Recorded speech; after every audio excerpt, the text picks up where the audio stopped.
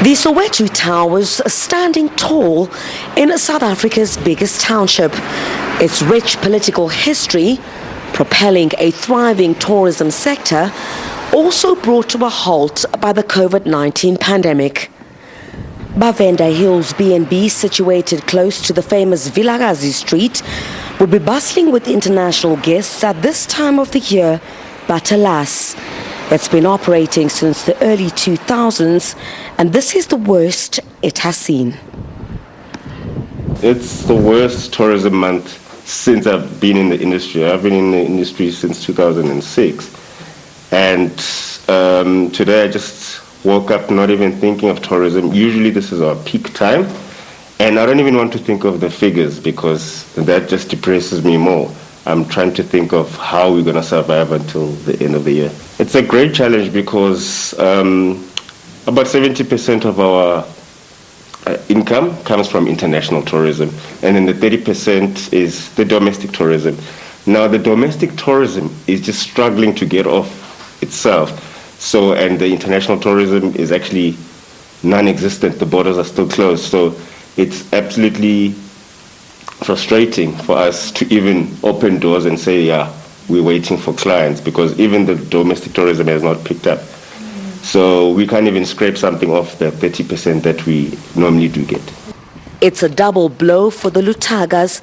The wings of their transport tourism business also clipped. This Mazda Marathon Combi reveals the humble beginnings of this part of the business to this fleet, now also standing idle. It's tough, as these buses would usually be transporting international tourists to some of the country's landmarks.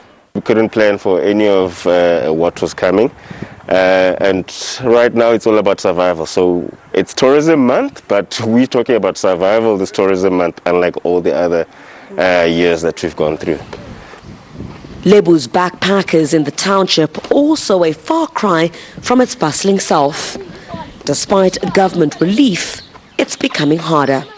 As we are waiting for the domestic market to be ready to visit, and as we are preparing also for the international market, in the meantime we must keep busy by running workshops that can educate us and prepare us, especially with all the safety and health protocols that have been stipulated. Without the presence of international market, it's a real setback,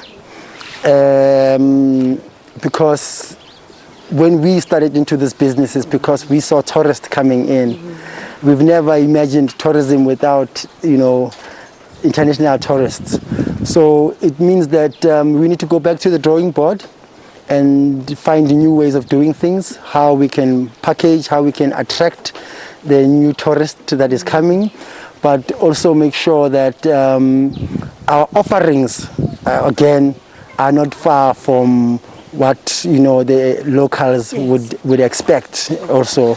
But it's interesting at the same time, as much as we are crying, we are feeling the pinch financially. We are worried about the jobs, the numbers that depend on this type of industry. And for us, it's just to now stand up and see all of us to say what can be done to make sure that as the tourism month is here, we go out, we market ourselves, and we encourage people to go out and have fun, at the same time following all precautions. But what to do for now? Lebu is preparing for the day international travelers will be back. Staff is being trained to sanitize bicycles. It's still a long road to recovery, requiring a lot of pedal power. All the precautions are being put in place at this particular point to ensure that when the skies do open up again, they'll be able to host those international tourists. Griselda Lewis, SABC News in Soweto.